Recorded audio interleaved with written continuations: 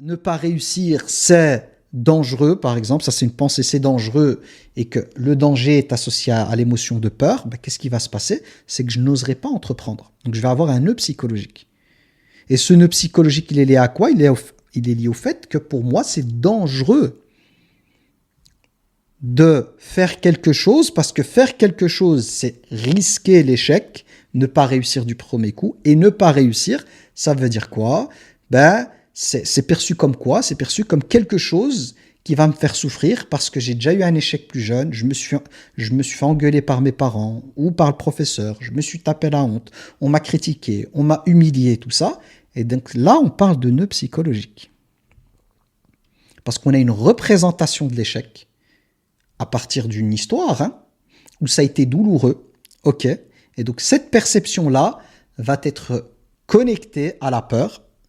Et qu'est-ce qui va se passer? C'est qu'à chaque fois qu'une personne va se retrouver à devoir essayer, elle a eu telle peur de ne pas réussir du premier coup, ce qu'on appelle la peur de l'échec, que ça la tétanise, ça la bloque. C'est un nœud psychologique. Est-ce que c'est clair dans ce que je dis là, ou je vous ai amené sur la planète Vénus, ou est-ce que vous me suivez là par rapport au nœud psychologique, que le nœud psychologique, c'est pas que de l'émotion, ce n'est pas qu'une pensée, ce n'est pas qu'une croyance, mais c'est une connexion.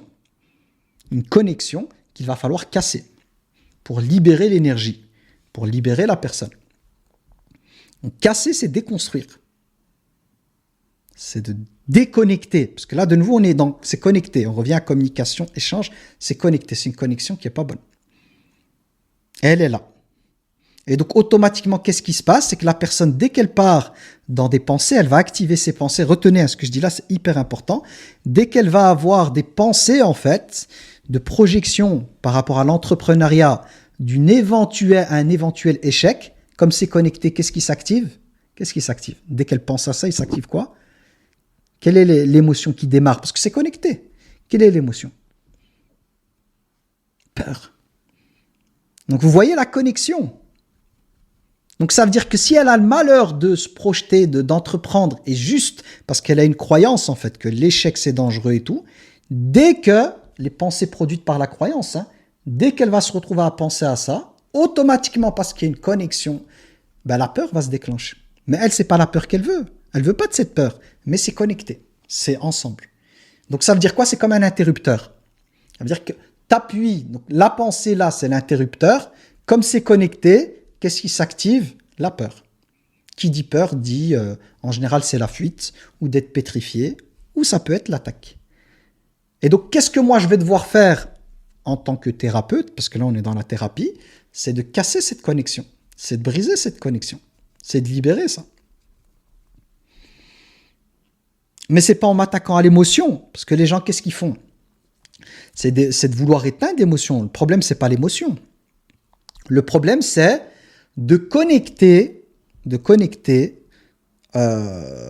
plutôt, on va dire pas de connecter, c'est cette croyance en fait, qui va connecter, donc la croyance, elle va connecter les pensées là, les pensées de projection d'entrepreneuriat à de la peur. Pour comprendre, je vous donne les rouages de comment ça fonctionne. Comment ça se fait que petit à petit je suis sorti de ça? C'est parce que je me suis retrouvé dans un environnement dans lequel je pouvais avoir une identité qui était perçue positivement. Et pas une identité dans laquelle j'étais réduit en fait à des points, à une origine, à une religion, mais avec le côté négatif. Vers une identité en fait qui n'a pas de valeur en fait, qui est en dessous. C'est ça qui pose problème. Si nous on a le sentiment que notre berceau est sale, hein, que notre identité, c'est un problème, elle pose problème, comment vous voulez arriver à fonctionner? Alors, comment vous voulez capter en fait ce qu'il faut pour construire en fait une sécurité? Parce qu'on peut parler de sécurité intérieure, c'est pas possible. Vous allez tout le temps en insécurité.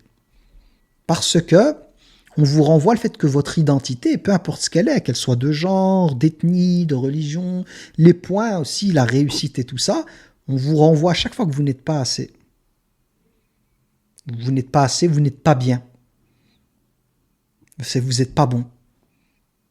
C'est tout ça en fait qui est renvoyé. Un être humain, c'est un être humain. Surtout à cet âge-là, à l'époque. Encore aujourd'hui, avec l'âge, l'expérience, la distance, c'est plus pareil. Mais un gamin, un jeune adolescent qui est en train de se construire, Et un adulte, il n'a pas, lui, il est confronté, il est là, il pilote sa personne, il n'a pas la connaissance, il n'a pas le recul spirituel, il n'a rien. Il est confronté à ce monde, en fait, à cette maltraitance de plein fouet, sans avoir les défenses psychologiques ou la capacité de prendre de la distance, de comprendre c'est quoi l'identité. Aujourd'hui, c'est parce que j'ai des outils pour comprendre tout ça. Ça me permet d'être OK. Et de savoir jouer avec ça en fonction des situations. De savoir comment gérer et quoi me dire surtout. Parce que le plus important, c'est qu'est-ce qu'on se dit.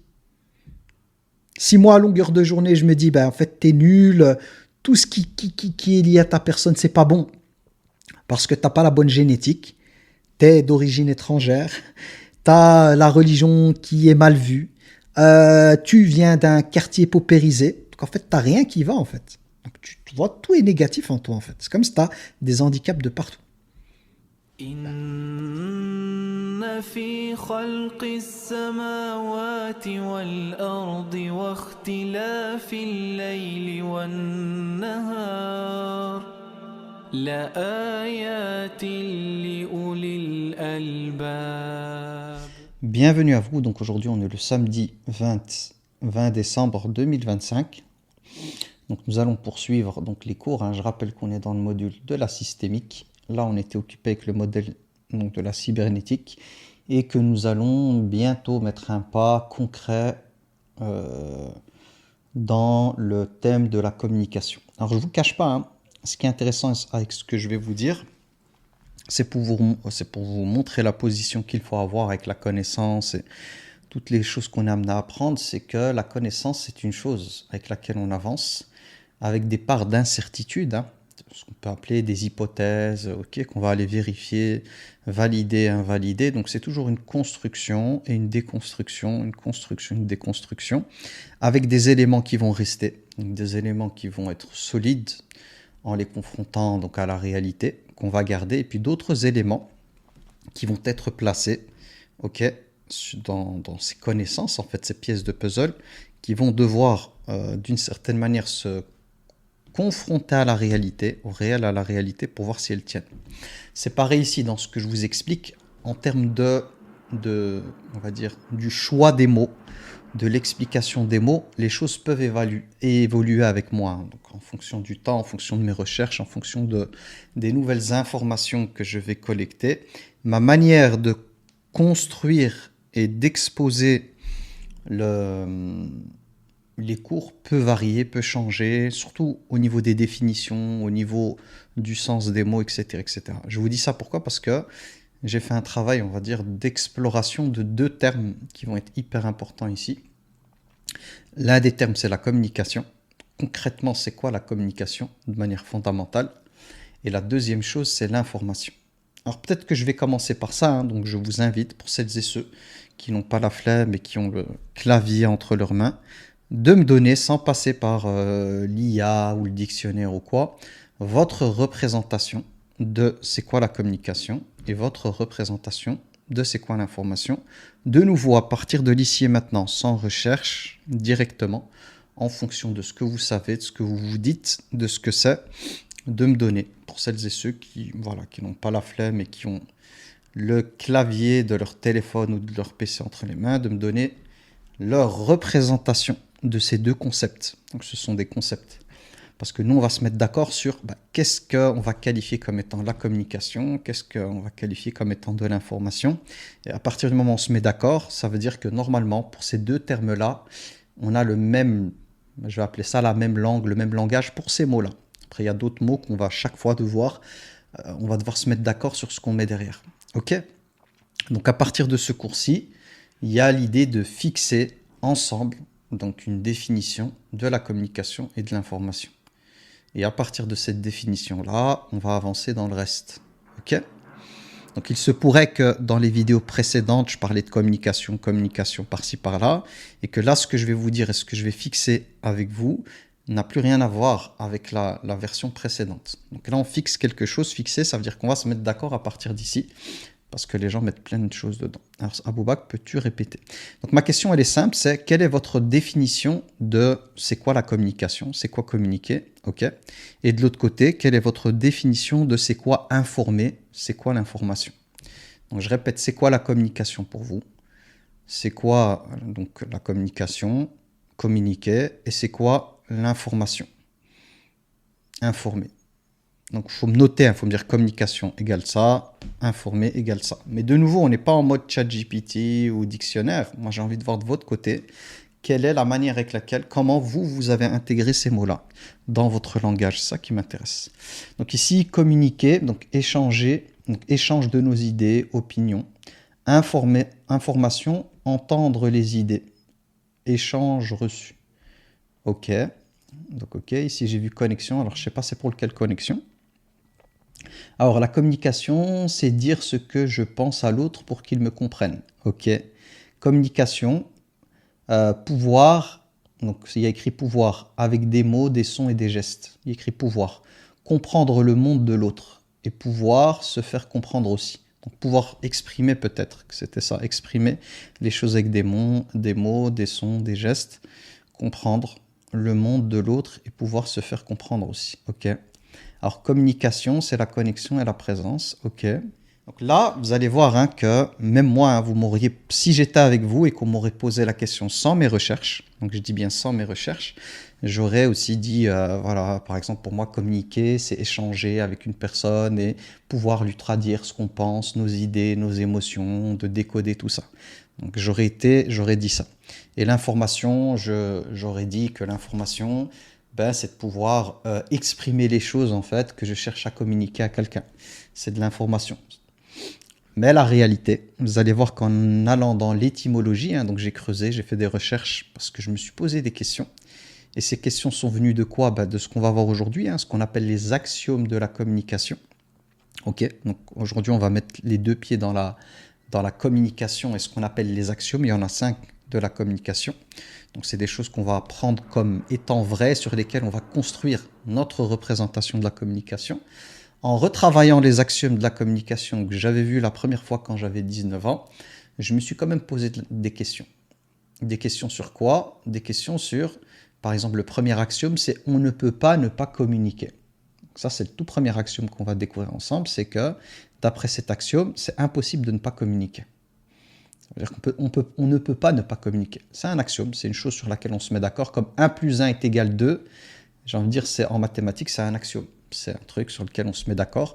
C'est, pour démontrer ça, c'est pas aussi évident que cela, mais on se met d'accord sur le fait que 1 plus 1 est égal 2, par exemple. Ben, pareil ici dans la communication. Le tout premier axiome, c'est on ne peut pas ne pas communiquer.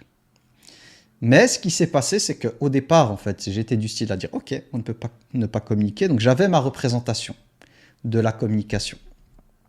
Et de me dire, c'est qu'on ne peut pas ne pas transmettre des informations. C'est comme ça que je le voyais, en fait. Ça veut dire qu'on le veuille ou non, on va transmettre des informations. Ok ? C'est comme ça que je me représentais le « on ne peut pas ne pas communiquer ». Les auteurs qui l'ont fixé, je ne sais pas quelle était leur intention derrière le terme communication, qu'est-ce qu'ils entendaient par celui-ci. Est-ce qu'ils mettaient à l'intérieur de celui-ci le fait qu'on ne peut pas ne pas donc, transmettre des choses, etc., etc. Mais peu importe que leur définition soit celle-ci ou pas, en creusant, j'ai eu comme ce que moi j'appellerais une sorte d'illumination sur une chose que je constate dans la réalité que je vais vous partager. C'est-à-dire que moi, je m'appuie sur des auteurs, mais je ne me limite pas en fait à ce que les auteurs nous proposent. Je connecte ce que les auteurs nous proposent comme grille d'analyse, comme paradigme, à la réalité à laquelle je suis confronté tous les jours. Consultation, à d'autres lectures, à ma spiritualité, à ce que j'arrive à extraire des explications du Coran que je vais trouver chez des spécialistes, à extraire des noms d'Allah, à extraire de la sagesse divine. Et c'est avec tout ça, en fait, quand je me retrouve avec une théorie, cette théorie-là n'est pas prise comme elle est, comme les auteurs l'ont pensé ou quoi, mais elle est plutôt... elle intègre un système, en fait, qui est déjà présent, qui préexiste à l'intérieur de moi, qui va prendre cette théorie et la comprendre, la décoder en fonction des données que j'ai déjà. C'est la raison pour laquelle on va découvrir les axiomes. Ceux qui les ont pensés avaient sûrement une orientation intérieure par rapport à celle-ci. Moi, ce qui m'intéresse, c'est la partie qui va vous servir. Celle qui nous éclaire sur le fonctionnement humain et celle qui nous éclaire sur le thème dans lequel on est. Vous êtes ici pour comprendre l'humain, comprendre comment ça fonctionne, pour avoir des compétences sur le coaching, sur éventuellement, on va dire, la thérapie, sur comment aider un être humain à sortir en fait de schémas de pensée nocifs, etc., etc. Donc c'est le pourquoi, l'objet de la chose qui nous réunit ici, c'est d'en apprendre davantage sur l'être humain pour pouvoir l'accompagner, en commençant par nous-mêmes. Donc déjà d'avoir de la clarté pour nous-mêmes. Donc en quoi toute cette discussion linguistique est intéressante ou pas en fait, parce qu'on pourrait ne pas creuser, se dire on ne peut pas que communication ou information, s'il y a des différences ou pas, c'est pas un problème. Le plus important, c'est de pouvoir coacher. Non, non. Quand on rentre dans l'étymologie et quand on rentre dans les détails, on travaille dessus, on a un niveau de clarté qui est hyper important en fait sur le terrain, duquel on va voir sur le terrain. Alors, est-ce que vous êtes prêt et prête à rentrer, à entamer cette exploration de ces deux concepts et de ce que mes petites recherches m'ont permis d'extraire et que je compte vous partager avec beaucoup d'enthousiasme. Est-ce que vous êtes prêt, ready, disponible intellectuellement, émotionnellement, psychologiquement, relationnellement pour cette quête, je vais dire ça, cette exploration. Le bon terme, c'est exploration. Ready? Yes? Ok, parfait. Bismillah, on va commencer alors, si vous êtes ready. Donc, pour pouvoir rentrer dans cette nouvelle partie, on va dire bye-bye, au revoir au modèle cybernétique, qui est un modèle de base, en fait. C'est un modèle, on va dire un peu, qui, je ne vais pas dire mécanique, hein, mais un peu robotique, de la manière avec laquelle fonctionne la communication. Ok, donc un modèle en fait explicatif de la manière dont va se construire la communication. On est sur le thème de la communication. Donc je rappelle ici le modèle, parce qu'on est arrivé à la fin, que ici on a une version basique de comment ça fonctionne. Donc on a deux éléments séparés, hein. Ce sont deux éléments séparés qu'on va connecter. Donc il y a une connexion entre deux éléments séparés, et ces deux éléments séparés vont échanger. Donc il y a une espèce d'échange entre les deux. Il y a des choses qui vont circuler des deux côtés. Ok, c'était ça le modèle cybernétique. Et cette circulation, elle se fait comment? Elle se fait par des inputs, des choses qui vont rentrer. Et on a l'input ici. Hein. Donc je rappelle ici de ce côté-là, il y a une entrée. Ok, un signal entrant. Donc c'est un signal entrant qui va être reçu et qui va devoir être décodé. Donc avec une réception. Donc je reçois, je dois le décoder. Donc décoder, ça se fait en général dans notre tête. Et une machine, c'est plutôt, voilà, la machine, elle décode, comme ChatGPT est amené à décoder ce que vous lui encodez. Donc, ChatGPT reçoit l'information, puis doit la décoder. Pour ensuite recoder quelque chose qui sera envoyé par ChatGPT. Ok. Vous allez recevoir, vous, l'information de l'autre côté. On appelle ça le output, c'est-à-dire la réponse, qu'on peut dire ça comme ça, de ChatGPT, par exemple. On va utiliser l'IA parce qu'elle n'est pas humaine, elle n'a pas d'émotion, elle n'a pas cette complexité qui est la nôtre. Donc, vous avez rentré quelque chose dans ChatGPT et ChatGPT va vous ressortir quelque chose. Ok? Donc ChatGPT va recevoir, décoder, recoder, donc une réponse à votre demande, à votre prompt, ok? Et l'émettre. Vous renvoyez ça. Et ce qui ressort, ça s'appelle quoi? Un output. Ok? Output. Et de l'autre côté, qu'est-ce qui va se passer? C'est que vous, en lisant cela, vous allez être en mesure de faire un feedback à ChatGPT si c'est pas juste en fait, si au niveau de la réponse qui est donnée, elle n'est pas claire ou il manque des informations, vous allez renvoyer un message à ChatGPT, ok, qu'on appelle un feedback, c'est une rétroaction par rapport à ça. Hop, de nouveau, vous avez ChatGPT qui va recevoir, décoder et recoder quelque chose de nouveau en réajustant, ok, et vous renvoyer un message. Donc ça, c'est le circuit qu'on a étudié dans le modèle cybernétique. Donc, le modèle cybernétique n'est qu'un modèle pour nous rapprocher de c'est quoi une communication entre deux éléments. Ok? C'est ça qu'il faut comprendre, une communication entre deux éléments. Donc comment se font les interactions entre ces deux entités-là. Ok? Donc, tout ça, on l'avait déjà vu. Mais le but, c'est d'aller plus loin.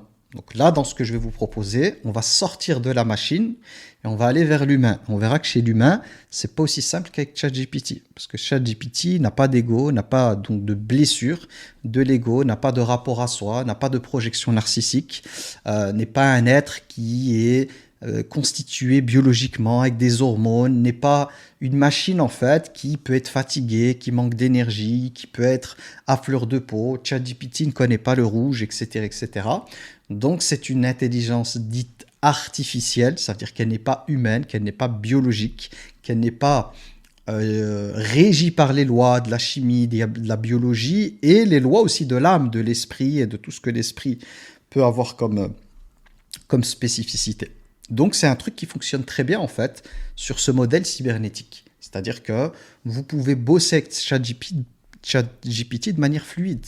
Il n'est jamais fatigué, il n'est jamais blessé, il ne va jamais vous refuser une réponse. Donc il coopère et même si vous décidez d'être méchant, dur avec lui ou quoi, il n'y a pas d'ego en fait, il n'y a pas de réaction vis-à-vis de blocage. Hein. Donc ChatGPT qui finirait par tout vous dire vous l'avez mis dans le rouge, donc il décide de dire je veux plus travailler avec toi, je suis fatigué, j'en peux plus. Ni ChatGPT qui va vous répondre à partir d'un ego et vous dire écoute j'en ai marre, tu fais que me poser des questions matin, midi et soir et tout, et moi tes thèmes je m'en fous complètement, tu me casses la tête avec ceci, cela.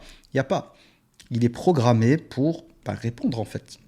Et vous pouvez communiquer avec ChatGPT, c'est une communication. Pourquoi? Parce que c'est la connexion entre vous et une autre entité avec laquelle il va y avoir une circulation entre les deux d'informations. Mais comme je l'ai dit, c'est que là, ce qui circule, ça va être des données en fait. C'est réellement des messages. On peut utiliser le terme message. Vous envoyez un message, vous allez recevoir un message. Donc on est que là-dedans. Mais il n'y a pas de part émotionnelle là-dedans. Et quand je dis il n'y a pas de part émotionnelle, c'est-à-dire que ChatGPT n'est pas un être doté d'émotions qui, au moment où vous lui envoyez ça, va recevoir votre message avec un état intérieur, une attitude intérieure, une présence, héritable ou pas. Il n'y a pas ça. Donc finalement, c'est vous qui allez envoyer quelque chose et ChatGPT va en quelque sorte gérer ce que vous lui envoyez de manière, quand je dis neutre, neutre au sens émotionnel. Donc, il n'y a pas d'émotion. Donc, il y a une forme de neutralité en termes d'état psychologique, en termes d'émotion, en termes d'hormones. Mais il pourrait y avoir, en fonction des algorithmes et de la manière dont il est paramétré, hein, donc l'intelligence artificielle, une réponse, j'ai envie de dire avec des mots, qui n'est pas neutre. Ça dépend du programmateur derrière. Mais d'un point de vue émotionnel, psychologique, hormonal et tout, il y a une neutralité. Parce que ça n'existe pas. Ces variables-là ne sont pas présentes là-dedans. Est-ce que vous suivez jusqu'à là? Parce que le but, c'est d'arriver vers l'humain et de montrer, quand on a une connexion entre deux humains, quelles sont les variables, c'est-à-dire des éléments en plus, des surcouches, qui vont interagir dans la connexion. Ce n'est pas une connexion aussi simple. Donc, vous suivez.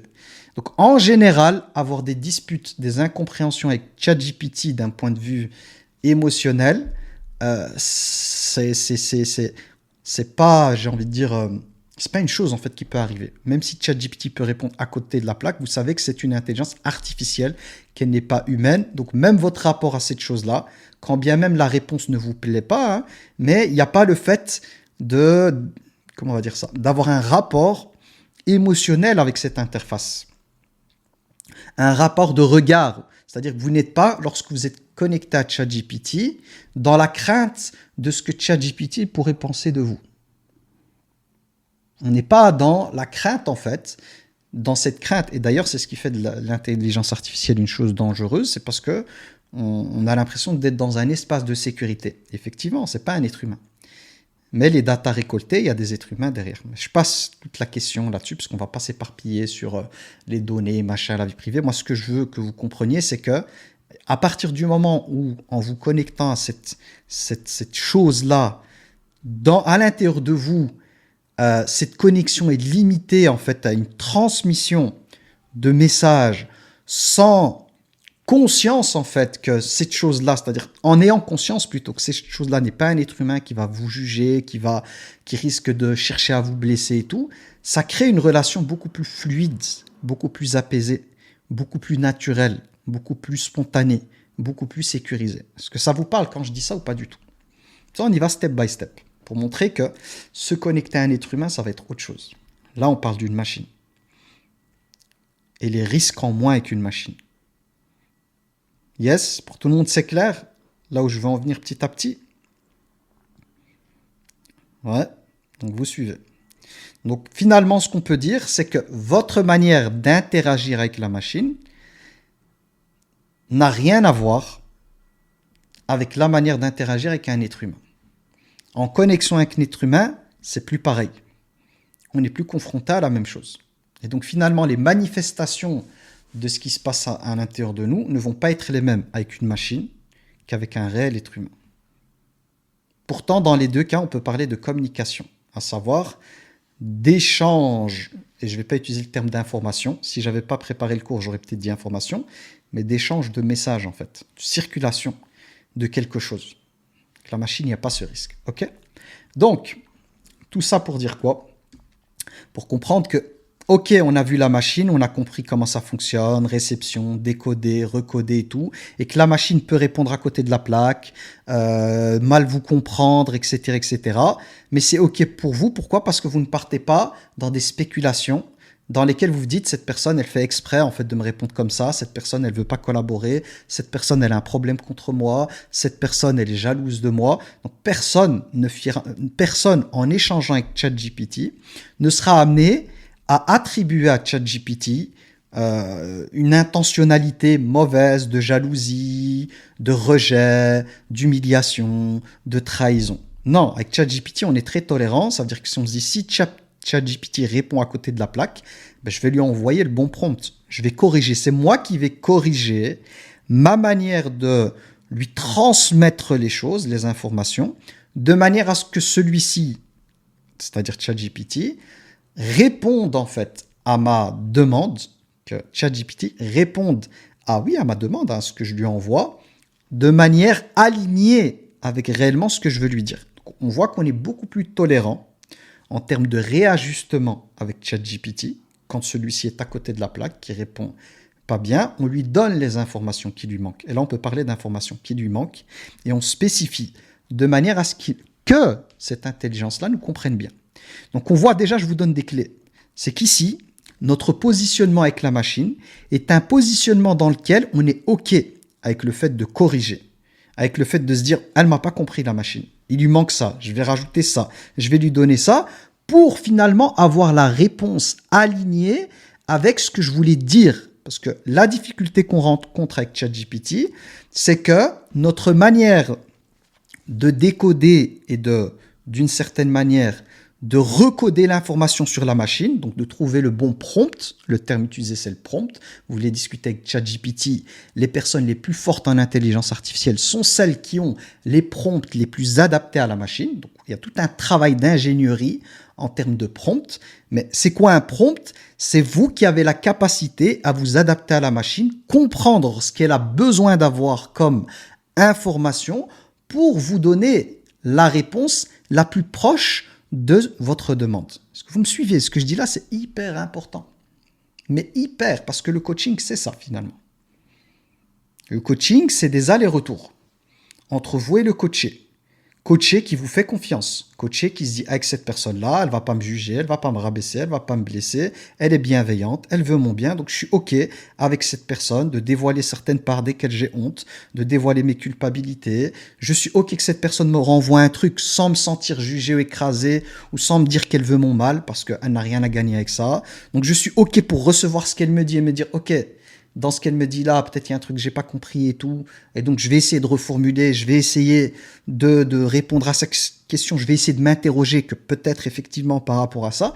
Donc, on voit que dans un coaching, ce qui va faire toute la différence dans la communication, l'échange entre les deux et la transmission d'informations, c'est le fait que le coaché considère de l'autre côté, donc il y a cet état en fait intérieur, que cette personne-là, je me sens en sécurité vis-à-vis d'elle. Elle est dans une posture dans laquelle elle ne cherche pas à me blesser, elle ne cherche pas à me juger, elle cherche à me comprendre, elle veut m'aider. Ben, tout ça, ça amène en fait le coaché à se dévoiler, chercher les réponses, réfléchir, aller chercher les trucs sans avoir peur, parce que des fois avec la famille, on n'ose pas dire les choses. Pourquoi on n'ose pas ? Parce qu'on se dit, si j'ai le malheur de dire ça, peut-être qu'il y a tel risque. Mais avec un coach, non, parce que le coach n'est pas concerné par la situation. Il est extérieur, en fait. Il n'est pas dans le système dans lequel il y a des difficultés. C'est la raison pour laquelle on est beaucoup plus à l'aise avec un coach, parce qu'on sait très bien que dans la situation exposée, il n'y a aucun intérêt. Donc, on n'est pas dans une relation dans le coaching dans laquelle le coach est intégré, fait partie intégrante du système qui met en difficulté. Il est étranger, en fait, à ce système. Il est extérieur. Donc, ce que je dis là, je pense que si vous arrivez à saisir le fond de ma pensée, de comprendre en fait ce que je suis en train de vous communiquer. Vous qui vous préparez à accompagner des personnes déjà dans votre famille, pour celles et ceux qui peuvent déjà le faire parce qu'elles sont en connexion avec d'autres êtres humains, donc ça peut être les parents, ça peut être les enfants, ça peut être les collègues, ça peut être plein de choses, c'est d'avoir conscience en fait qu'une connexion entre deux êtres humains, c'est pas simplement un échange de messages et d'informations, c'est beaucoup plus que cela. C'est un positionnement déjà interne de chacun d'entre nous en fonction des perceptions et de ce qu'on se dit de l'autre qui est en face. C'est pour ça que c'est pas aussi simple que ça, de parler, d'échanger, d'une certaine manière de faire circuler l'information dans sa propre famille, dans un couple, avec ses enfants, avec des collègues. C'est pas pareil. Alors qu'une machine, c'est beaucoup plus facile. Et je rappelle qu'avec une machine, on est beaucoup plus tolérant, bienveillant. On a une réponse, on est prêt à envoyer, à expliquer que ce n'était pas juste à modifier. Et la machine, elle est aussi OK avec le fait que elle s'est peut-être trompée, elle a mal compris. Est-ce que, de nouveau, les personnes qui sont en face sont disposées, sont, j'ai envie de dire, dans une conscience d'elles-mêmes qu'elles peuvent comprendre aussi les choses de travers. Parce que ChatGPT aussi, l'avantage qu'il a, c'est que lui, il est OK avec le fait qu'il n'a pas forcément compris ce que vous lui dites. Donc il est disposé à corriger. Donc ça aussi, ça fait partie de ce qui va faire que on va pouvoir échanger des informations ou pas. Parce que de nouveau, je rappelle que connexion et information, c'est pas la même chose. Mais qu'on a besoin de faire circuler l'information pour traiter les choses. Le problème, c'est que certaines connexions empêchent la circulation de l'information. S'il n'y a pas de circulation de l'information, mais qu'il y a connexion, ok, donc il y a connexion entre deux personnes, mais qu'elle ne circule pas, c'est la place aux spéculations, à des zones d'incertitude qu'on va devoir compléter. Donc on va remplir un vide, des non-dits, qu'on va remplir chacun en fonction de ses blessures. Par exemple, quelqu'un qui a une blessure de rejet va se dire, cette personne, elle ne m'aime pas. Par exemple, une autre personne qui ne va pas avoir les informations desquelles elle a besoin pour se rassurer, elle va dire, telle personne qui ne me répond pas, c'est que la personne elle est en train de me tromper. Par exemple, si la personne a cette blessure-là. Dans d'autres cas, s'il n'y a pas de circulation de l'information, la personne peut se dire, cette personne, elle a du dédain pour moi. Le vivre comme une humiliation. Donc, il faut comprendre que nous, les êtres humains, on est amenés à compléter le vide. C'est-à-dire que si l'information ne circule pas, ok, avec deux entités connectées, le vide, en fait, les non-dits, vont amener, qu'on le veuille ou non, à des spéculations. C'est quoi une spéculation? C'est une espèce d'interprétation qui va être la nôtre pour remplir le vide informationnel. Quelqu'un, je lui parle, il ne me répond pas, il est juste comme ça, je vais remplir ce vide informationnel par quelque chose, par une spéculation, en fonction du positionnement que j'ai dans la vie. Soit lui trouver une excuse, me dire la personne, si elle répond pas, elle est peut-être pas bien, soit en interprétant la non-réponse comme étant du dédain vis-à-vis de ma personne, un manque de respect, etc., etc. Donc les deux possibilités sont là. Et d'ailleurs, le Coran en parle, si vous allez dans la sourate 49, pour les personnes intéressées, dans la sourate 49, Allah subhanahu wa ta'ala nous met en garde contre ce qu'on appelle les conjectures. Conjectures, c'est les spéculations, si vous voulez. C'est les interprétations.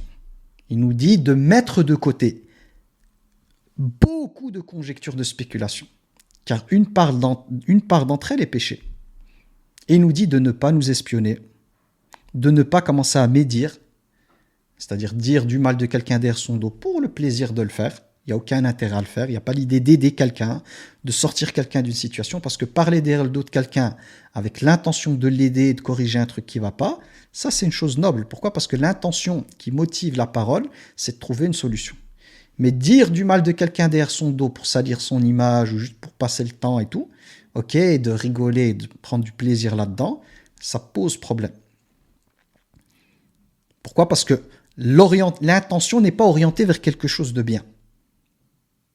Donc on a clairement dans notre religion le fait où on nous invite à essayer, dans notre interprétation du vide, de tendre vers une bonne interprétation, ce qu'on appelle une excuse. Trouver une excuse.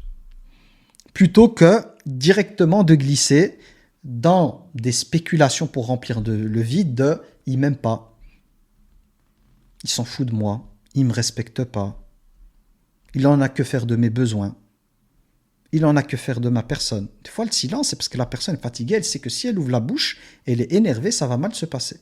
Elle préfère se taire.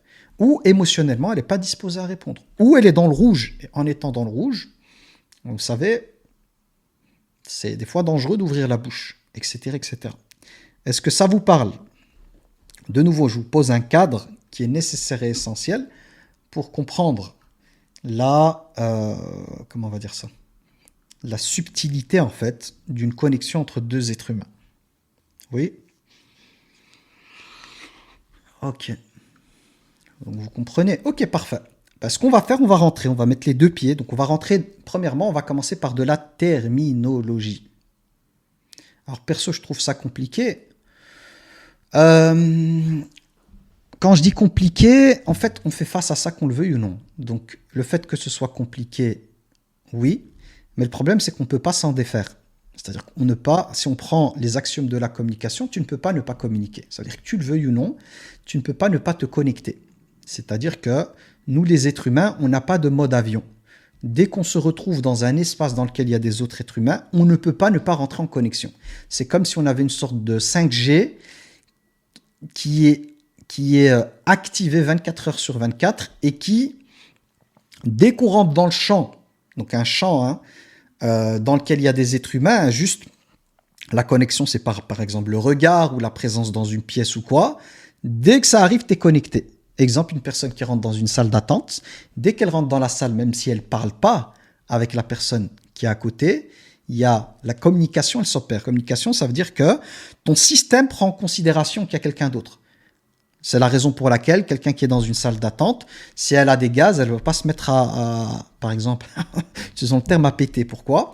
Parce qu'elle est connectée. Elle prend en considération les personnes qui sont là. C'est automatique. Donc notre comportement va être d'une certaine manière régulé par l'absence ou la présence de personnes. Donc qu'on le veuille ou non, on est amené à se connecter aux êtres humains. Lorsqu'on partage un espace commun où il y a des êtres humains, qu'on parle avec la personne ou pas. La simple présence d'un être humain nous connecte. Sauf si on tombe dans les pommes ou des trucs comme ça, on se déconnecte.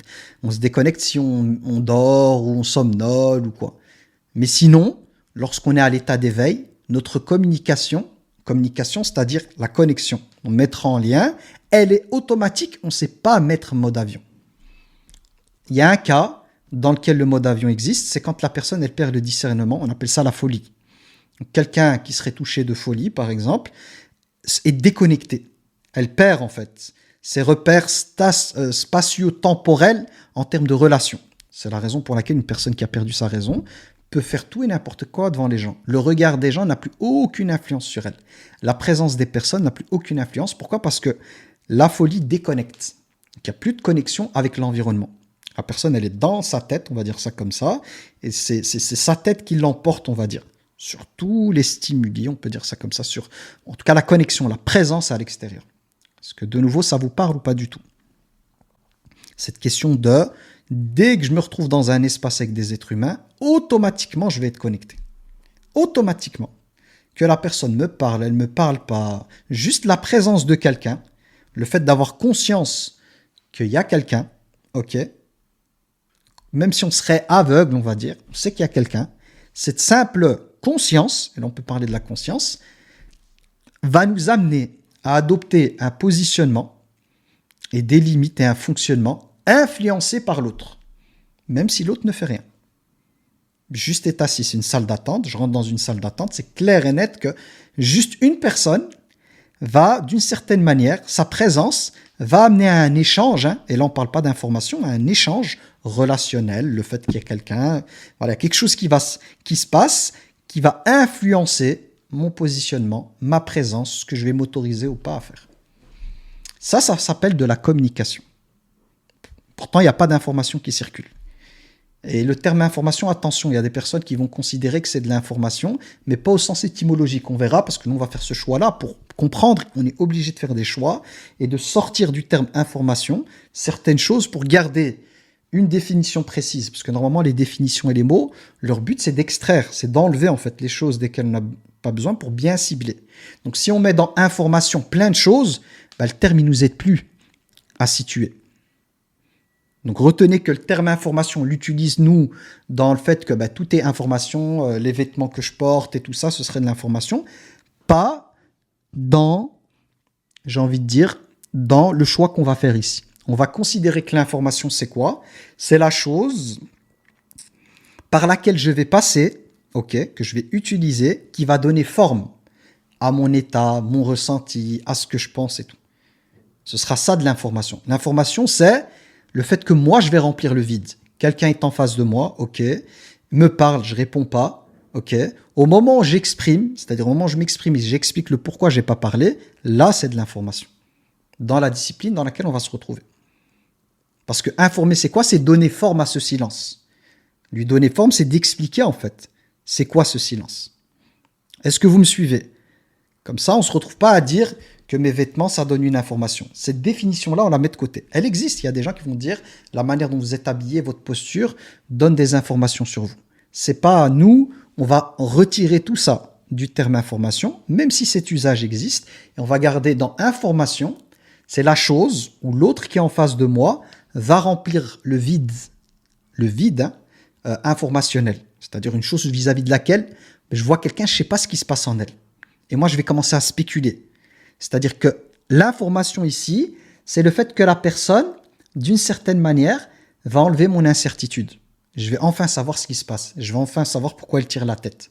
C'est ça l'information. Elle va me donner quelque chose qui me permettra de comprendre à partir d'elle le pourquoi elle avait cette position-là, plutôt que de moi remplir cette incertitude par des spéculations. La communication peut mettre tout. Communication, retenez, c'est la connexion entre deux. Et dans cette connexion, on a tout. On a le verbal, le non-verbal, l'information, la connexion des cœurs, l'énergie qui passe et tout ça. Communiquer, c'est connecter deux systèmes qui à la base sont indépendants, qui n'ont rien à voir. Dès que vous les connectez, il va y avoir communication entre les deux. C'est-à-dire un échange. Mais l'échange, c'est quoi? C'est pas forcément du verbal. Les gens pensent que communiquer, c'est juste le verbal. Non. Communiquer, c'est mettre en connexion deux entités qui ont leur propre réalité, indépendamment de l'autre, et ce qui va tourner entre les deux, ce qui va circuler entre les deux. C'est cette circulation qui va s'appeler communication. Mais la circulation, elle n'est pas forcément verbale. Nous, on réduit des fois la communication à l'échange d'informations entre deux personnes. Et c'est ça, j'ai envie de dire, la chose de laquelle on va s'écarter ici. L'idée, c'est de comprendre qu'on n'est pas comme avec ChatGPT, où c'est la circulation juste de l'information. Chez les êtres humains, il y a plus que ça. C'est ça qu'on doit retenir, c'est que si on réduit, je reprends la communication chez les êtres humains à un échange d'informations, comme on le ferait avec ChatGPT, juste des messages, parce qu'avec ChatGPT, j'ai pas une relation d'affect. C'est pas mon pote, c'est pas un ami, c'est pas, j'ai envie de dire, une personne avec laquelle je tisse un lien, c'est pas une personne qui m'a blessé, c'est pas une personne à laquelle je vais en vouloir, c'est pas une personne vis-à-vis de laquelle, comment on va dire ça, j'ai des désirs en fait qu'elle doit incarner. C'est pas du tout ça en fait. Donc ma manière de rentrer en relation avec ChatGPT, Internet, Google, à l'époque c'était Google, les moteurs de recherche, c'est juste de l'information. C'est informationnel. Mon but à travers ce que je vous dis, c'est de comprendre que chez les êtres humains, la communication, c'est pas juste de l'information en fait qui circule. C'est beaucoup plus que ça. Et c'est ce qui fait de la communication humaine quelque chose de complexe et qu'on ne peut pas reproduire le modèle, on ne peut pas appliquer le modèle théorique de la communication pour les machines, pour les cellules, pour la biologie, la chimie, tout ce qui est fixé par des lois, dans le monde humain, avec des êtres dotés d'une conscience et d'un libre arbitre. Ça ne fonctionne pas de la même manière. Parce qu'il y a d'autres facteurs invisibles qui échappent à nos sens et tout ça, qui circulent entre les deux. Est-ce que là, c'est des bases que j'appuie, hein, je vais prendre mon temps. C'est une base ici que j'essaie d'ancrer. C'est un point de départ. C'est pour ça qu'on parle d'axiome. Hein. Donc c'est quelque chose, une fondation qu'on va mettre sur laquelle va se reposer le reste. Donc si cette fondation, elle ne rentre pas bien, moi, je serais passé à côté de ma mission. Donc si je dois mettre, j'invente 2 heures pour fixer ça, que la communication, elle touche des champs qui nous dépassent et qu'il y a une circulation de quelque chose, ok, si on ressort de ce cours avec de la clarté là-dessus, qu'on ne mélange plus dans ce cours, je dis bien dans ce cours, en dehors du cours, vous êtes libre d'utiliser communication pour la transmission de l'information ou l'inverse, ça vous êtes libre. Mais dans ce cours, pour qu'on puisse se comprendre, pour avoir la même langue, si on peut dire ça comme ça, pour être aligné, ok, vis-à-vis de ce que je suis en train de construire avec vous, il faut qu'on ait cette définition-là, comprendre cela. Donc je vais lire ici. Ici, je demande pour l'information. Pour informer, il faut bien communiquer verbalement. Non, en fait, l'information, je vais l'expliquer, elle est indépendante. Donc là, pour l'instant, vous vous êtes influencé par ce que vous vous dites. Informer, c'est une chose. Communiquer, c'est pas pareil. Est-ce qu'il y a des liens entre les deux? On peut les lier, mais c'est pas la même chose. Et des fois, on fait de l'information, de la communication. Pas forcément. On peut communiquer sans informer et on peut informer sans communiquer. C'est ce que je vais vous expliquer. Le but, c'est de ressortir à la fin de cette séance-ci. C'est bon, vous distinguez informer et communiquer, que c'est clair, et que clairement c'est bon. On a compris à Aboubak dans ce cours, qu'est-ce que ça va vouloir, c'est quoi la communication et c'est quoi l'information. Si vous ressortez avec de la clarté là-dessus, alhamdoulilah, c'est une bonne base, une bonne fondation pour le reste. Parce que le coaching, la thérapie, l'accompagnement, c'est là-dessus qui se pose là-dessus. Donc une personne qui a de la clarté sur ces concepts-là, qui a compris ce qui est en train de se passer, ce qui se joue là, c'est une personne qui, lorsqu'elle va se retrouver à faire du coaching, sera capable de distinguer les choses. Et c'est en distinguant qu'on va pouvoir dénouer les nœuds. Parce que des fois, les nœuds n'ont rien à voir avec l'informationnel. Les nœuds sont émotionnels des fois. Sont psychologiques. Alors oui, la psychologie, ça intègre l'émotion et tout, mais quand je dis psychologique, c'est de comprendre qu'avec le psychologique, c'est une construction. On va avoir peut-être une dyade ou une triade. Quand je dis dyade ou triade, c'est des choses qu'on va connecter, comme par exemple, vous avez la dyade, un raisonnement, donc une espèce de logique, donc une croyance ou des pensées avec une émotion qui sont collées. Parce que j'avais déjà utilisé ce terme pour ceux qui étaient avec moi dans Libère ton âme au tout début, c'est ce qu'on peut appeler les marqueurs somatiques. Marqueurs somatiques, c'est un espèce de couplage entre des choses qui à la base n'ont rien à voir et qui vont former une entité. Donc quand on parle de nœud psychologique, le nœud psychologique, c'est un nœud qui va intégrer une émotion, qui va se lier, une dyade ou une triade, hein, ça peut être des fois 3 entités, à une sorte de logique, un raisonnement, une pensée, une croyance. Et ça va se mettre ensemble, alors que les deux n'ont rien à faire ensemble. Donc là, le travail, c'est quoi? C'est de casser la dyade, c'est de séparer les deux. Par exemple, une personne, je sais pas, moi j'invente, qui a peur de l'échec. Par exemple, le blocage psychologique d'avoir peur de l'échec. Ok, donc il y a peur et l'échec. Qu'est-ce qui se passe ici? C'est qu'on a une connexion entre la peur, ok, et la perception de l'échec. Donc l'échec, c'est quoi? Et c'est cette perception de l'échec, donc quand on dit l'échec, c'est la perception de la réussite, c'est lié à la perception de soi, c'est tout ça qui va créer ce nœud psychologique.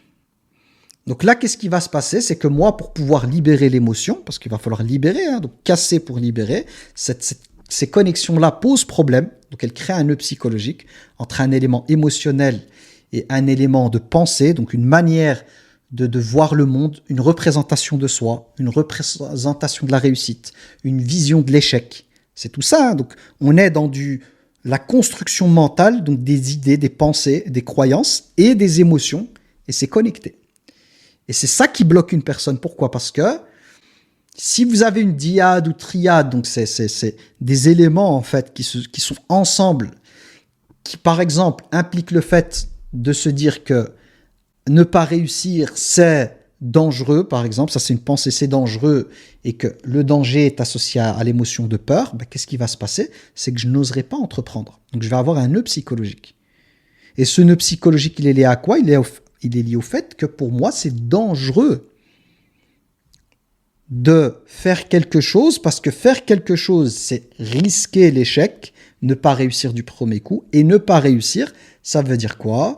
Ben, c'est perçu comme quoi? C'est perçu comme quelque chose qui va me faire souffrir parce que j'ai déjà eu un échec plus jeune, je me suis fait engueuler par mes parents ou par le professeur, je me suis tapé la honte, on m'a critiqué, on m'a humilié, tout ça. Et donc là, on parle de nœud psychologique. Parce qu'on a une représentation de l'échec à partir d'une histoire, hein, où ça a été douloureux, ok. Et donc cette perception-là va être connectée à la peur.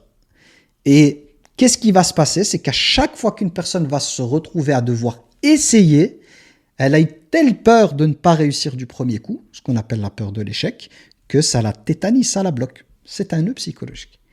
Est-ce que c'est clair dans ce que je dis là, ou je vous ai amené sur la planète Vénus, ou est-ce que vous me suivez là par rapport au nœud psychologique, que le nœud psychologique, c'est pas que de l'émotion, ce n'est pas qu'une pensée, ce n'est pas qu'une croyance, mais c'est une connexion qu'il va falloir casser pour libérer l'énergie, pour libérer la personne. Donc, casser, c'est déconstruire. C'est de déconnecter. Parce que là, de nouveau, c'est connecté. On revient à communication, échange, c'est connecté. C'est une connexion qui n'est pas bonne. Elle est là. Et donc, automatiquement, qu'est-ce qui se passe? C'est que la personne, dès qu'elle part dans des pensées, elle va activer ses pensées. Retenez, ce que je dis là, c'est hyper important. Dès qu'elle va avoir des pensées, en fait, de projection par rapport à l'entrepreneuriat, un éventuel échec, comme c'est connecté, qu'est-ce qui s'active? Qu'est-ce qui s'active? Dès qu'elle pense à ça, il s'active quoi? Quelle est l'émotion qui démarre? Parce que c'est connecté. Quelle est l'émotion? Peur. Donc, vous voyez la connexion. Donc, ça veut dire que si elle a le malheur de se projeter, d'entreprendre, et juste parce qu'elle a une croyance, en fait, que l'échec, c'est dangereux et tout, dès que les pensées produites par la croyance, hein, dès qu'elle va se retrouver à penser à ça, automatiquement, parce qu'il y a une connexion, ben, la peur va se déclencher. Mais elle, c'est pas la peur qu'elle veut. Elle veut pas de cette peur, mais c'est connecté, c'est ensemble. Donc ça veut dire quoi? C'est comme un interrupteur. Ça veut dire que t'appuies, donc la pensée là, c'est l'interrupteur. Comme c'est connecté, qu'est-ce qui s'active? La peur. Qui dit peur dit, en général, c'est la fuite, ou d'être pétrifié, ou ça peut être l'attaque. Et donc, qu'est-ce que moi je vais devoir faire en tant que thérapeute, parce que là on est dans la thérapie, c'est de casser cette connexion, c'est de briser cette connexion, c'est de libérer ça. Mais c'est pas en m'attaquant à l'émotion, parce que les gens, qu'est-ce qu'ils font? C'est de vouloir éteindre l'émotion. Le problème, c'est pas l'émotion. Le problème, c'est de connecter, plutôt, on va dire pas de connecter, c'est cette croyance en fait, qui va connecter, donc la croyance, elle va connecter les pensées là, les pensées de projection d'entrepreneuriat à de la peur. Et la croyance, c'est quoi? C'est se dire, entreprendre, c'est dangereux. Entreprendre, il y a un risque, ok? Ou non, c'est plutôt l'échec. Je vais utiliser plutôt la croyance, en fait, que l'échec, c'est mauvais, c'est mal. Ou c'est dangereux. Que l'échec, c'est dangereux. C'est plutôt ça, c'est l'échec est dangereux. Qui dit danger, dit peur. Parce que dans les exemples que je vous donne, ça permet une certaine clarté où vous vous dites, Aboubak, on n'a rien compris. Pas dans le sens que vous n'êtes pas capable de comprendre, dans le sens où moi, en termes de transmetteur, j'aurais raté ma cible.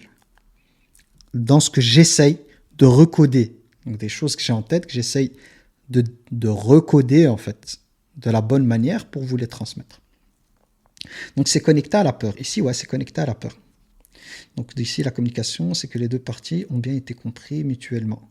Pas forcément. Une communication, c'est pas forcément le fait d'être bien compris. Une communication, c'est une connexion. C'est juste ça qu'il faut comprendre avec un échange. Et cet échange, ça ne veut pas dire qu'ils vont bien se comprendre, mais c'est qu'ils sont connectés et qu'il y a des choses qui passent entre eux. Ok? Ça, une communiquer, on va dire. C'est un truc qui tourne, qui circule entre deux entités qui se connectent l'une à l'autre. Donc non, c'est clairement recodé. Ok, c'est très clair, alhamdoulilah, oui, très clair, j'ai l'impression d'avoir saisi. Ok. Si vous avez l'impression, c'est déjà bien. De toute façon, voilà, on aura des couches de peinture là-dessus. Alors, là, donc on va rentrer dans ce que je voulais. Donc ici, écrit, c'est bien expliqué. J'ai ressorti mon cahier pour prendre des notes parce que je ne veux rien louper. Ok, parfait. Parfait. Alors, donc là, on va avancer.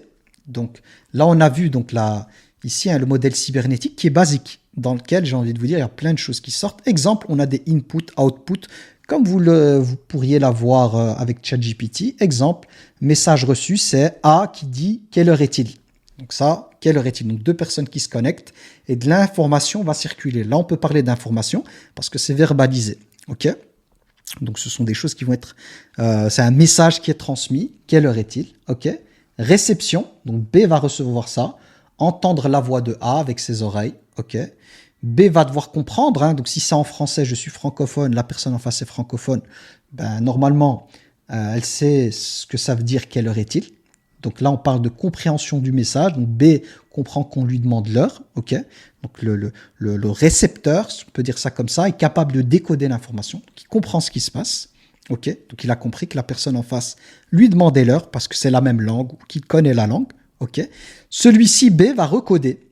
Recoder, c'est j'ai OK reçu, j'ai compris et je vais préparer la réponse comme avec ChatGPT. C'est très simple. Donc préparation de la réponse. Donc B regarde sa montre, il fait ça parce qu'il a compris, et prépare sa réponse. Donc il va préparer en fait la réponse de ce que l'autre attend. L'émission, donc production de la réponse. Donc vous voyez qu'il y a tout un chemin. C'est d'abord, on demande l'heure. Moi, dans ma tête, je décode ce qu'il a dit. En décodant, je me dis, OK, la personne veut l'heure, donc je fais ça. Je regarde, OK, je vois l'heure qui est. Donc ça remonte dans ma tête. Donc il est 11h57. Maintenant, il est vraiment 11h57. Et donc c'est d'abord dans ma tête. Hein, je vois ça, tac. Donc je vais le formuler en mots. Il est 11h57. Je vais répondre à la personne comme ça. Et là, dans l'exemple, c'est 10h15. Donc, message envoyé, hein, donc la phrase prononcée par B. Donc, B a sorti, donc la phrase, le message envoyé, c'est quoi? C'est 10h15. Mesure de l'output, si on veut mesurer, observer, évaluer l'output, la sortie, ben, on a quoi? On a A, écoute la réponse. Donc, il y a A qui écoute la réponse de B. Et l'expérimentateur ou l'expérimentateur observe la clarté et la rapidité. C'est de voir, est-ce que B, lorsqu'il a donné sa réponse, il a formulé, est-ce qu'elle correspond à la demande de A? Et l'expérimentateur va voir si A l'a bien formulé. Okay, il y a déjà le fait de voir si A a bien codé cela. Et puis de l'autre côté, est-ce que B l'a bien reçu? Est-ce que B l'a bien compris? Est-ce que B a sorti la bonne réponse? En tout cas, la réponse qui correspond à la demande. Et c'est ça, cette question de mesure. D'où le feedback. Feedback, c'est quoi? C'est de voir A a reçu la réponse, est-ce qu'elle est satisfaisante ou pas? Est-ce qu'en recevant, quand il lui dit 10h15, est-ce que c'est bon? Il a eu une réponse à sa demande. Donc il voit, ah ouais, 10h15, merci, et il part. Donc c'est bon. Mais si la personne, elle dit, là, il fait 17 degrés, vous avez A qui reçoit le message, il se dit, attends, mais je ne lui ai pas demandé moi les degrés, je lui ai demandé l'heure. Donc il peut de nouveau dire, excusez-moi monsieur, en fait, je ne vous demandais pas la température, je vous demandais l'heure. Donc là, il y a un feedback. Donc, vous avez un retour de B qui indique à A qu'il ne m'a pas compris. Et donc, qu'est-ce qui va se passer? A va prendre l'information, dire que ce n'est pas celle-ci qu'il attendait et recoder cela pour lui dire qu'en fait, c'est l'heure qu'il attend. Et à ce moment-là, on va vérifier si B a bien reçu, bien compris, quand ça sort en fait. C'est la sortie qui permet de savoir si B a compris. C'est-à-dire la réponse. Avec ChatGPT, c'est pareil. C'est la réponse de ChatGPT qui nous permet de savoir est-ce que ChatGPT m'a compris ou pas. Mais tant qu'il ne m'a pas compris, qu'est-ce que je dois faire? Retravailler la question. Retravailler le prompt. Jusqu'à avoir la réponse satisfaisante, celle que j'attendais vraiment, et finir par comprendre qu'en face de moi, on m'a compris. C'est bon, le message, il est passé. Et tout ça, ça s'opère dans le coaching. Parce que coaching, c'est quoi? C'est une communication, une connexion entre deux personnes. Coaching, c'est ça. Et de l'information qui va circuler, mais pas que de l'information. L'information, de nouveau, je rappelle que dans le cours dans lequel on est, c'est ce qui va être formulé, ce qui va être exprimé, par la personne, qui va remplir le vide.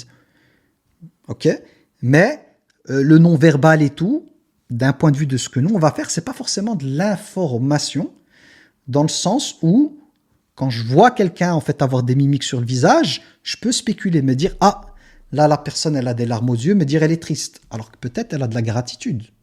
Donc, j'en sais rien. Et donc, qu'est-ce qui se passe? C'est que moi, pour vérifier si mes spéculations, mes hypothèses sont bonnes, je vais devoir dire à la personne, écoute, là, je sens que dans le timbre de ta voix, il y a quelque chose. Est-ce que tu peux m'en parler? Est-ce que tu peux me dire ce qu'il y a derrière? C'est comme ça que je vais récupérer l'information. Mais si je pose pas la question et de prime abord, je me dis en fait, elle a des larmes, sa voix, elle est triste, j'en sais rien, je vais construire là-dessus. Ça fait dans ma tête, je me dis, oh, elle est triste.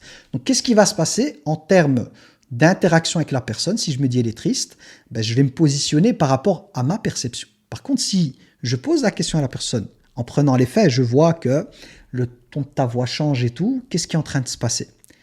En formulant les choses comme ça, ben, je permets à l'autre de me donner l'information qui me manque, plutôt que de la compléter par ma tête. Et ça, c'est l'un des dangers dans les consultations, c'est la spéculation. Si vous avez quelqu'un qui va dire quelque chose ou réagir ou quoi, et vous, dans votre tête, vous allez interpréter.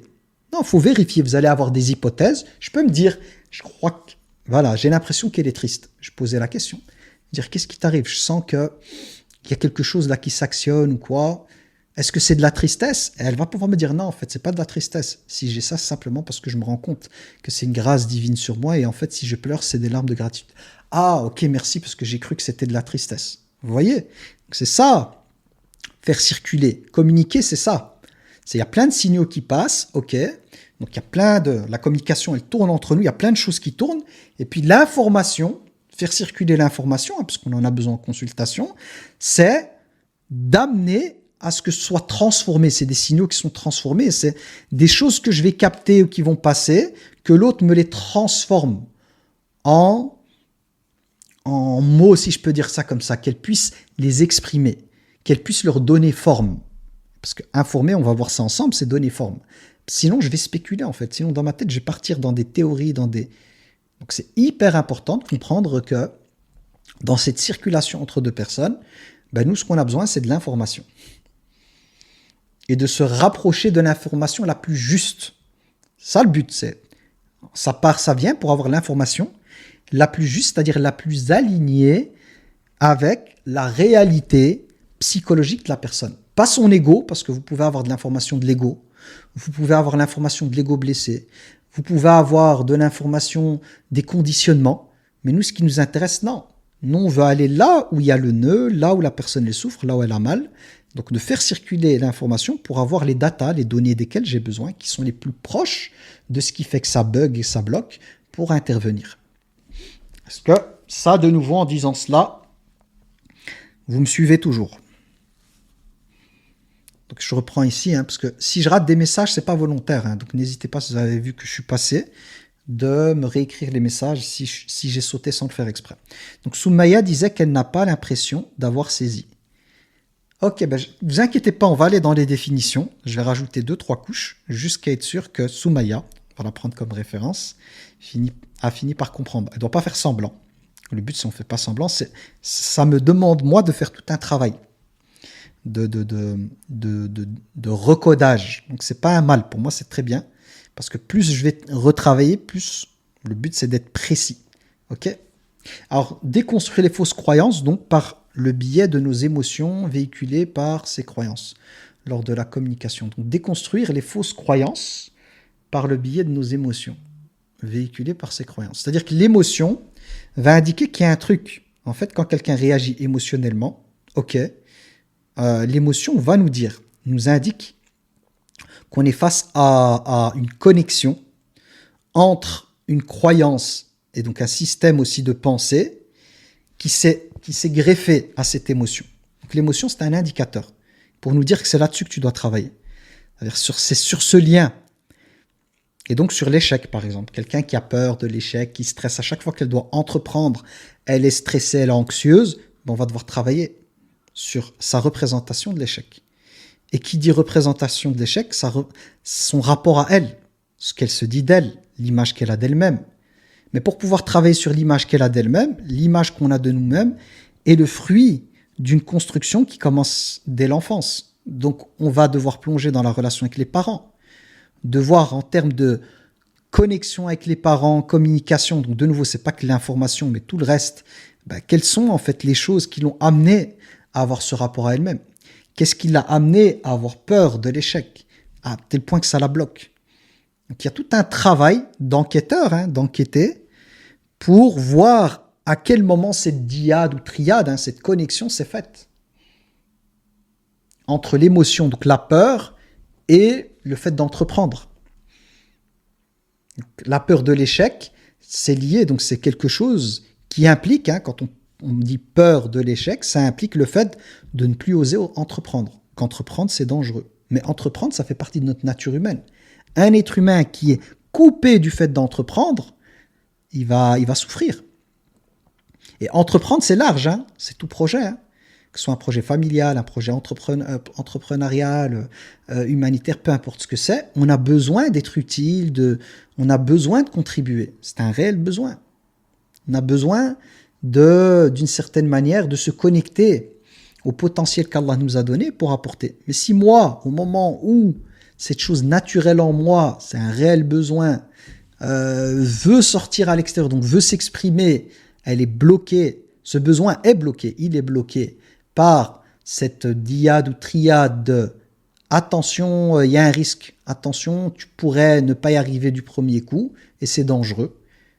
Ben, il va falloir interroger qu'est-ce qu'il y a de dangereux en fait. Qu'est-ce que tu risques réellement?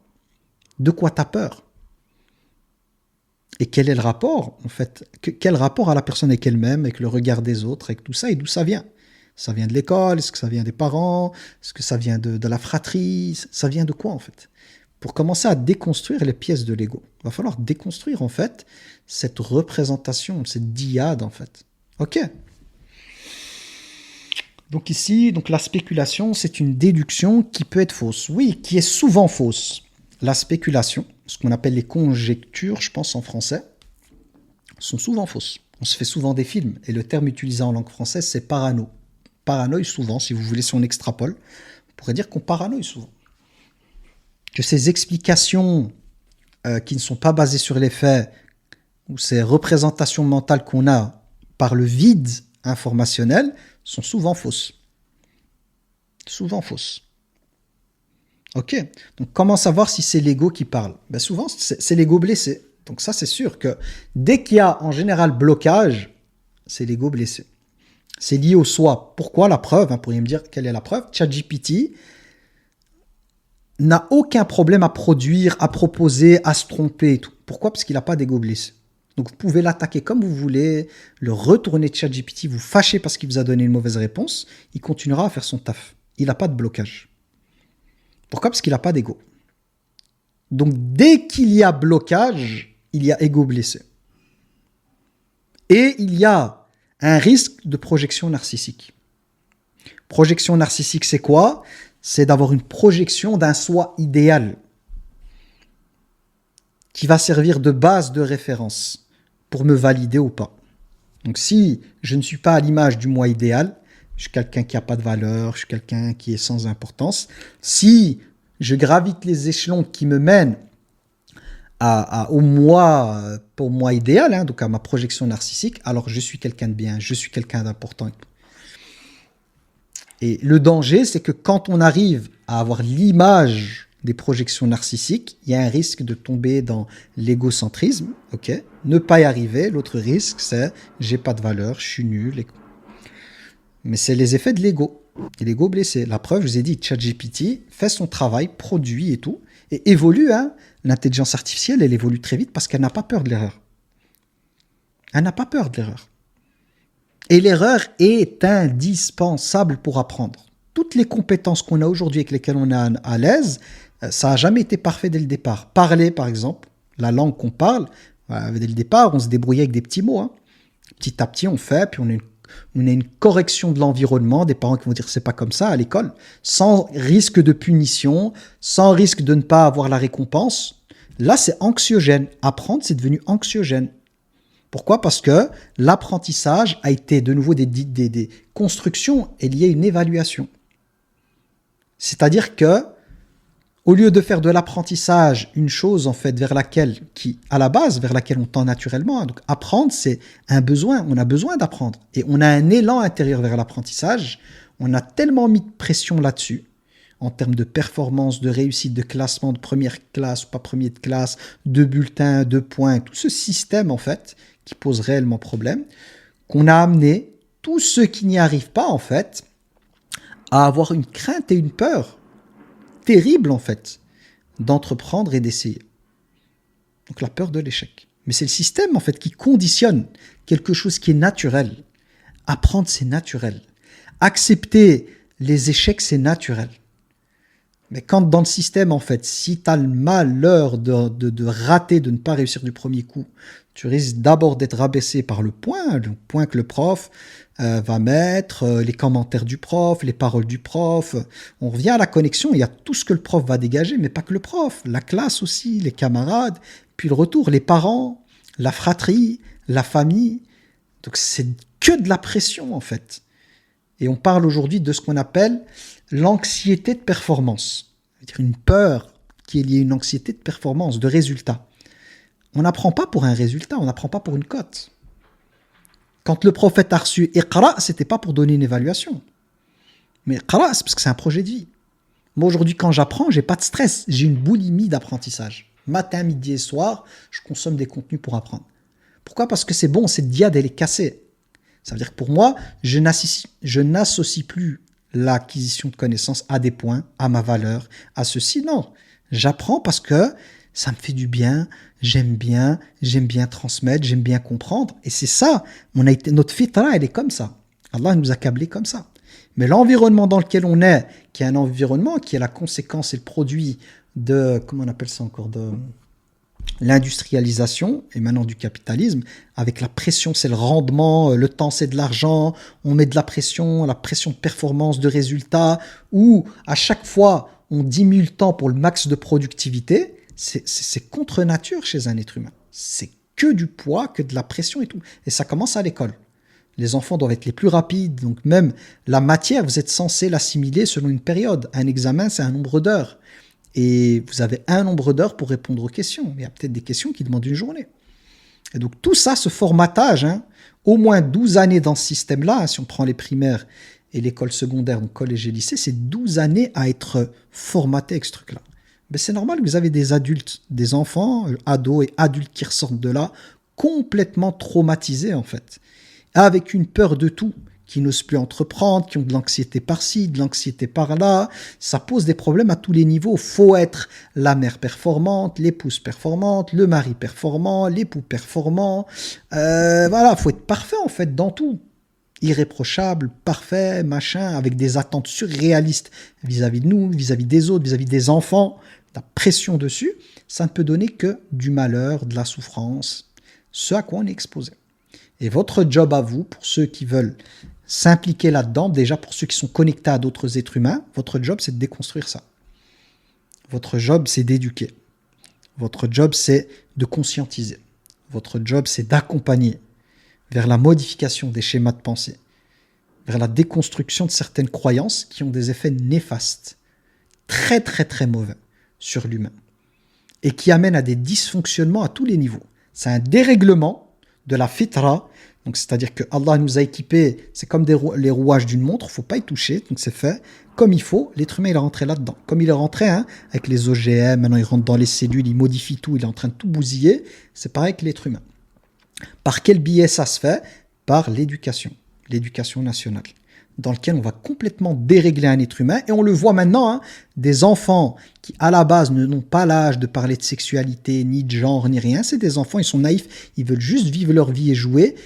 Déjà, très jeunes, on amène en fait des questions, on met les enfants face à un questionnement qui ne les concerne pas, qui va créer des problèmes même au niveau de leur identité de genre. Finalement, en fait, je me sens pas homme ou je me sens pas femme. Mais qui a créé ça ? C'est un environnement, en fait, qui amène à ça. Qui crée, en fait, des anxiétés. Qui crée des troubles. Et c'est pour ça qu'on a une explosion des troubles. On vous parle de plein de troubles, chaque fois des nouveaux troubles. TDAH, TDA, TDI, tous ces T, en fait, qui sont des troubles, sont la conséquence d'un système. Et donc, sachez que on est face, en fait, et on va être face à une augmentation des troubles, parce que le système, il pose problème. Et donc, notre devoir, c'est de déculpabiliser la personne. Parce que souvent, on met le poids des dysfonctionnements sur l'enfant, ou l'adulte, ou la femme, ou l'homme. On met tout ce poids, en fait, sur la personne. Alors que c'est la société qui dysfonctionne. C'est le système, en fait, qui ne fonctionne pas. Mais on va vous pointer du doigt. Vous êtes le problème. L'enfant qui ne réussit pas à l'école, c'est lui le problème. C'est pas le système. Et donc, ça crée quoi? De la culpabilité. Ça crée quoi? Ben, une dévalorisation de soi. Un sentiment d'impuissance. D'être rien, en fait. Et les gens utilisent, je ne l'utilise pas parce que je fais très attention à mon vocabulaire, donc je n'utilise pas un vocabulaire, mais les gens utilisent souvent, même en consultation, ils me disent désolé Aboubak, mais j'ai le sentiment d'être, ça commence par un M au début, et qui renvoie aux besoins qu'on fait, les besoins qu'on fait. J'ai ce sentiment-là. C'est parce que le système, il amène à penser comme ça. Donc penser comme ça, pour moi, qui voit ça de l'extérieur, c'est une évidence. Pour quelqu'un qui est broyé par un système. Et je fais partie de ceux qui ont été broyés par un système. Mais vraiment broyé. Je suis ressorti, moi, du lycée complètement, mais avec une anxiété, une peur, en fait, de juste parler. J'avais peur de parler en classe, en fait. Regardez le niveau, même parler, t'oses plus. Parce que c'est dangereux. Si le prof avait le malheur de me juste voir les regards, je dis oh purée, il va me poser une question et je vais peut-être pas savoir répondre, ou j'ai la réponse mais j'ai tellement peur, je suis tellement anxieux à l'intérieur de moi, j'ai peur que je vais bégayer, les gens vont voir ça, ça va être la honte et tout. T'as envie de te cacher, t'as envie de disparaître. Donc ça crée plein d'anxiété, l'anxiété sociale, l'anxiété de performance, plein. Quand aujourd'hui vous voyez la version à laquelle vous faites face ici devant la vidéo et le produit que j'étais lors du bac, donc après toutes ces années en fait pour moi de souffrance en fait, vraiment de souffrance en fait, quel terme je vais utiliser, de maltraitance, je peux utiliser maltraitance. C'est deux personnages qui n'ont rien à voir, mais rien à voir. Et lorsque on m'a permis d'être dans un système totalement différent, dans lequel l'humain est au centre, dans lequel ma spiritualité elle avait sa place, dans lequel on avait un espace où on pouvait exploiter les choses dans lesquelles on avait des facilités, des talents, parce que pour pouvoir récupérer de l'estime et de la confiance en soi, il faut pouvoir agir dans un groupe, exister dans un groupe, avoir une identité positive, c'est-à-dire une chose vis-à-vis de laquelle on peut vous valoriser. Comme j'étais très bon en sport, et qu'il y avait un espace quand j'ai fait la formation d'animateur où le sport faisait partie intégrante du programme et que j'étais vraiment bon en sport, ben j'ai pu récupérer des points de confiance et d'estime parce que, en fait, en sport, j'étais bon. Donc, ah ouais, il court, c'est quelqu'un, il a du cardio, ah ouais, il est fort sportivement. Donc, ces retours, on revient à la communication, ces retours du groupe dans lesquels tu vois que tu as quand même une valeur, tu as des choses, tu as quelque chose, tu as une identité, on va dire, positive, tu as un truc où on te dit « Ah ouais, c'est chouette, ah ouais, c'est bien », donc un petit retour comme ça, ça te nourrit en fait, ça nourrit la stabilité. Pas l'ego à ce moment-là, parce que à ce moment-là, mon problème, quand je dis l'ego, c'est pas l'orgueil, on va dire plutôt, c'est pas l'orgueil, mais ça soignait en fait l'ego blessé, ça soignait en fait cette part brisée. Parce qu'on a besoin d'avoir, on va dire, une espèce de stabilité intérieure vis-à-vis de soi. Ni dans l'égocentrisme, ni dans le rabaissement. Mais d'être dans un self, un rapport à soi bienveillant, on va dire. Pas orgueilleux, ni une loque, mais un rapport à soi bienveillant. D'avoir conscience qu'on est les dépositaires, je ne sais pas si c'est le bon terme en français, de la grâce d'Allah, en fait. Mais ça, j'avais pas. Et donc, ces petites victoires, le sport, le spirituel, comme il y avait un espace où la spiritualité est la bienvenue, et dedans, j'avais aussi des facilités. Donc, j'étais quelqu'un qu'on écoutait quand je parlais d'Allah et tout, quand j'avais 19 ans et tout, et que je pouvais exister comme ça aussi, et que les gens m'écoutaient, ils me respectaient pour ça parce que j'étais attaché à mon dîn. C'est aussi de la nourriture, parce que tu as un regard extérieur de nouveau, avec une identité qui ressort, qui est appréciée et appréciable. Pour comprendre, je vous donne les rouages de comment ça fonctionne. Comment ça se fait que petit à petit, je suis sorti de ça?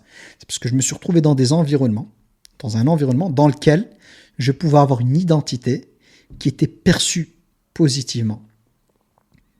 Et pas une identité dans laquelle j'étais réduit, en fait, à des points, à une origine, à une religion, mais avec le côté négatif. Vers une identité, en fait, qui n'a pas de valeur, en fait, qui est en dessous. C'est ça qui pose problème. Si nous, on a le sentiment que notre berceau est sale, que notre identité, c'est un problème, elle pose problème, comment vous voulez arriver à fonctionner?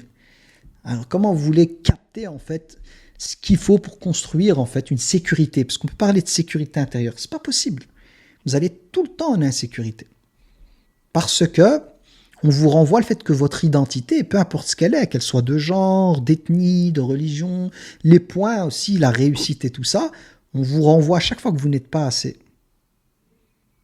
Vous n'êtes pas assez, vous n'êtes pas bien.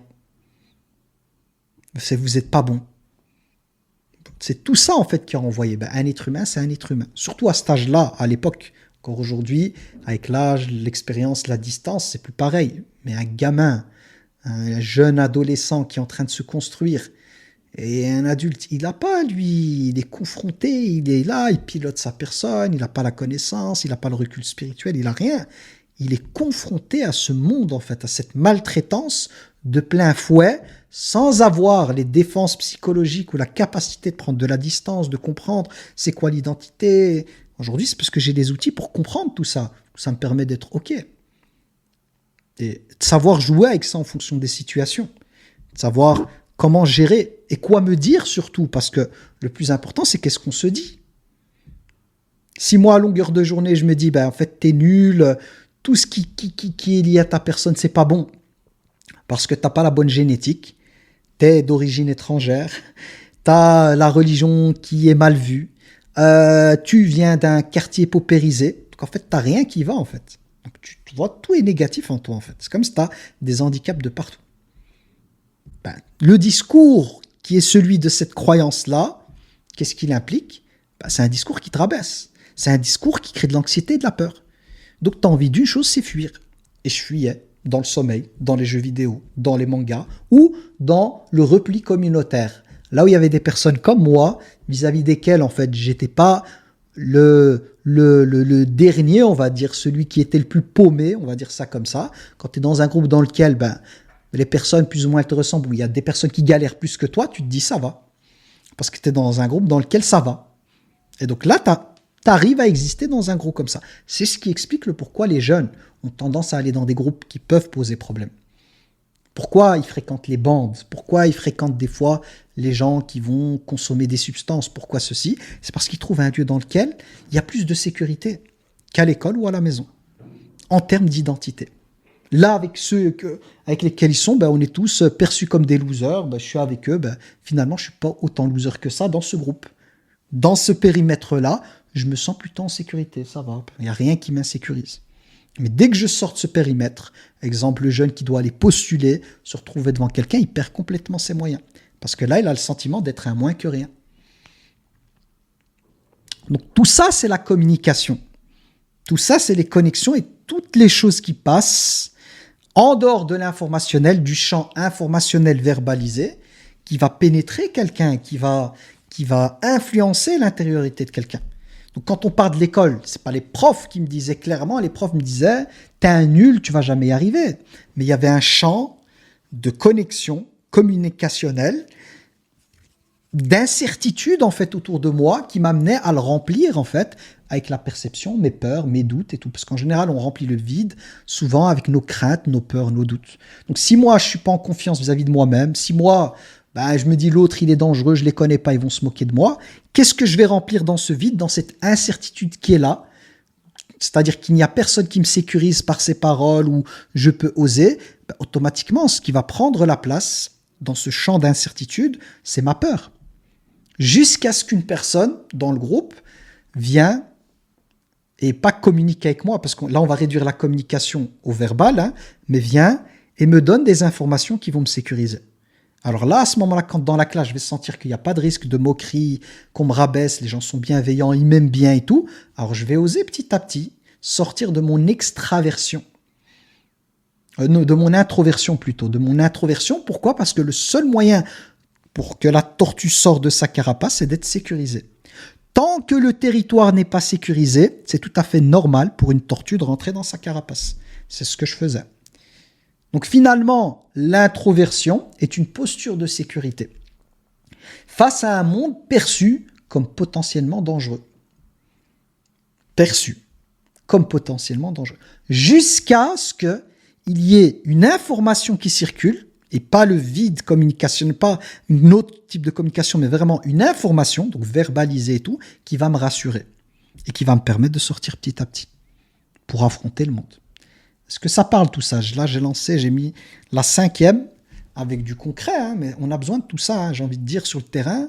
Il faut que vous ayez la bonne manière, la bonne carte à partir de laquelle vous allez accompagner. Si cette carte, elle n'est pas bien installée, vous avez juste des outils, ok, il nous a dit de reformuler, ok, il nous a dit de poser des questions, ok.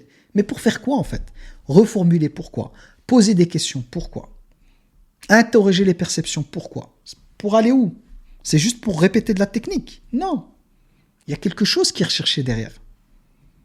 Il y a quelque chose. Il faut comprendre qu'en face de nous, on a des personnes qui vivent dans l'insécurité et qui ont besoin d'informations de personnes capables de leur transmettre de l'information, à savoir des choses qui vont, et ça doit être verbalisé, qui vont dissiper les incertitudes présentes là si il n'y a pas une information en fait claire, nette et précise qui va éjecter, enlever, balayer en fait ces wasawis. Chez nous les musulmans on appelle ça les wasawis, c'est-à-dire des pensées compulsives hein, qui s'imposent à toi et qui viennent remplir ton espace mental, mais que de négatif. Et tourner en boucle. C'est ça le waswas. Finalement, c'est quoi le waswas? C'est cet espace en fait qui est là d'incertitude sur lequel je n'ai aucun contrôle, ok, vis-à-vis duquel je suis insécurisé, dans lequel je n'ai que des pensées donc qui s'imposent à moi négatives, qui vont venir me travailler. Mais on balaye comment le waswas? C'est avec l'information. Exemple, je commence à avoir une douleur à l'intérieur de mon corps, ok, et quelqu'un dans ma famille, j'ai été traumatisé par le fait que quelqu'un avait eu la même douleur et on lui a diagnostiqué X maladie. Et je me retrouve à avoir ça, un signal, mais le signal, il est là, donc il y a une communication, hein, on peut parler de communication entre mon corps, ok, entre le signal, en fait, la douleur, et ma conscience, il y a un truc. Mais ce n'est pas une information, là, au sens de la définition que j'ai donnée. C'est une communication, oui, qui passe par tout un système, mais on n'est pas dans l'information, c'est-à-dire que je ne sais pas c'est quoi. Mais je ressens.